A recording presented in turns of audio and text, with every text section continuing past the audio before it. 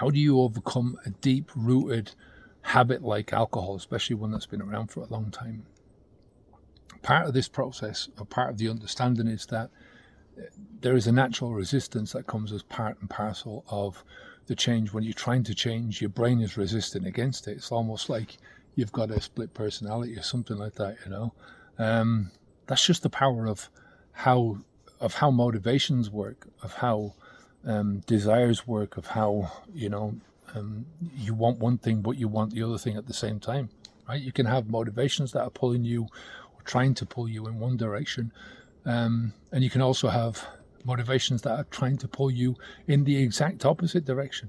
So, these two things can't be mutually or are mutually exclusive, but, they can coexist with each other. There is always that motivation to stop drinking alcohol, even when you're drinking alcohol. Everybody knows that this shit is bad for us, right? Everyone knows it. Your first hangover tells you that, right? The first time that the world starts spinning around or you vomit, you know this. You've just spent a lifetime trying to hide from those facts, right?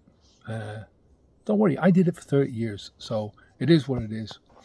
But you've got these things, and because you've got that inner conflict, it's going to do you some damage over time, right? It's actually one of the best things that happened to me when I stopped drinking alcohol was that weight that lifted off my shoulders, because I had all of a sudden got rid of this inner conflict, that thing that was pulling me in opposite directions, at least in that part of my life. I had a lot of work to do in other areas of my life, that's for sure. Now, the alcohol habit has been built, it's been constructed, and it's been reinforced over many, many years. Think of it like the default thinking, the default way that your brain has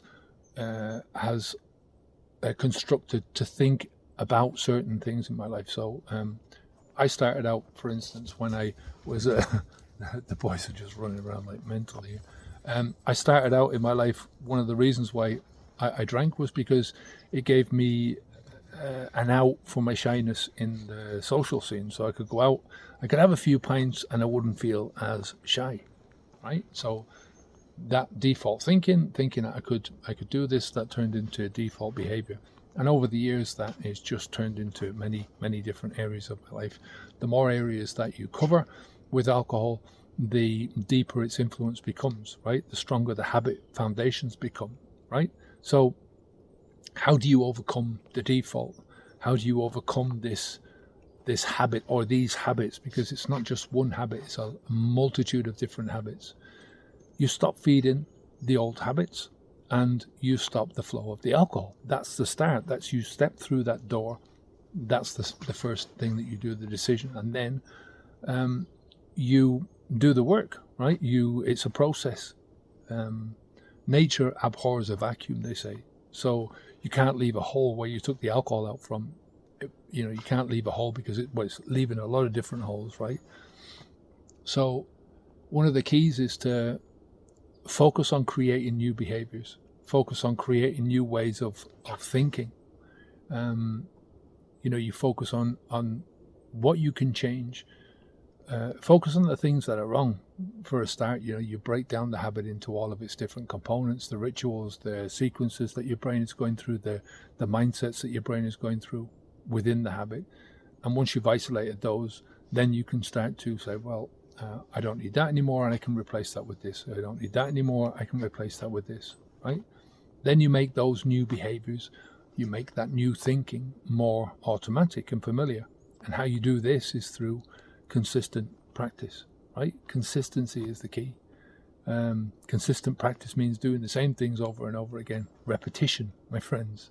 That's what turns the new behaviors and the ways of thinking into habitual behaviors and habitual ways of thinking. This is how your habit got about that in the first place. Go back to my example of using alcohol as a crutch because I was really shy about going into the bar. You go into the bar first and you have a few drinks and, it's not great, but at least you're able to stay in there with a certain amount of you don't give a shit, right? And the more you do that, the more it helps you to not give a shit, right?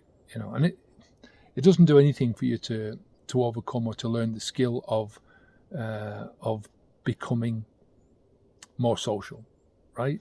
All it does is hide the fact that you are shy. It hides the shyness. It hides the problem, right?